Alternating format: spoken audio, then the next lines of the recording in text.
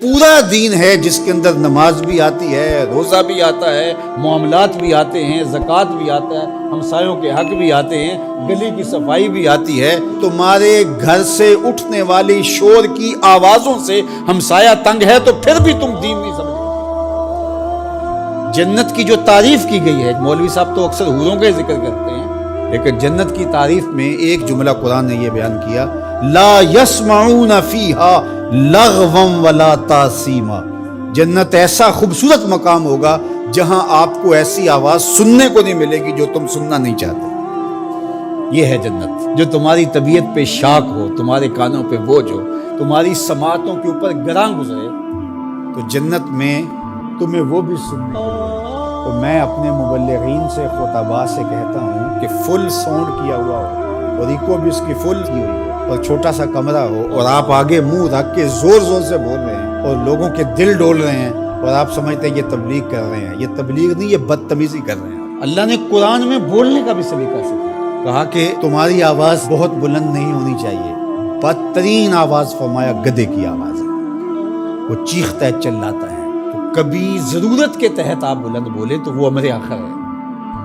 آپ نے دور تک لوگ ہیں اور آواز دینی یا جنگوں کے اندر ریجز پڑے جاتے تھے، وہ ایک الگ بات ہے، لیکن عمومی طور آپ جب لوگوں سے ہم کلام ہو رہے ہیں تو آپ کی آواز لوگوں کے کانوں پہ شاک نہ گزرے، اذیت نہ۔ بعض اوقات خطیب حضرات جب چپ ہوتے ہیں تو ایسے جیسے سکون مل رہا ہوتا ہے، اور جب بول رہے ہوتے ہیں جس طرح قیامت توڑ رہے ہیں۔ تو یہ کیا ہے؟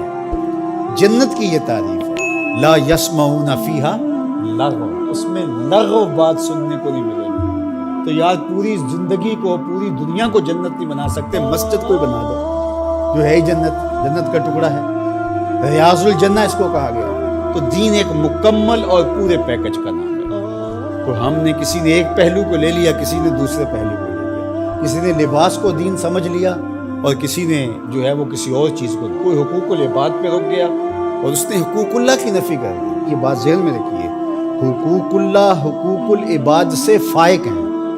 یہ عمومی طور پہ کہا جاتا ہے حقوق اللہ کی خیر ہے، حقوق العباد کا خیال رکھو۔ تو یہ بات ذہن میں رکھیے کہ جو حقوق اللہ ہیں وہ فائق ہیں حقوق العباد سے۔ بندے کے حق اللہ کے حق کے برابر کیسے ہو سکتے ہیں؟ لیکن جو زور دیا گیا ہے وہ اس لیے دیا گیا ہے کہ اللہ تو کریم ہے، معاف کر دے گا، تو بندہ معاف نہیں کرے گا، اس لیے کہا کہ ذرا اس سے یہی معاف کروا دو، یہ معاف کرے گا تو کام بنے گا، اور وہ تو کریم ہے تو وہ معاف کرے گا۔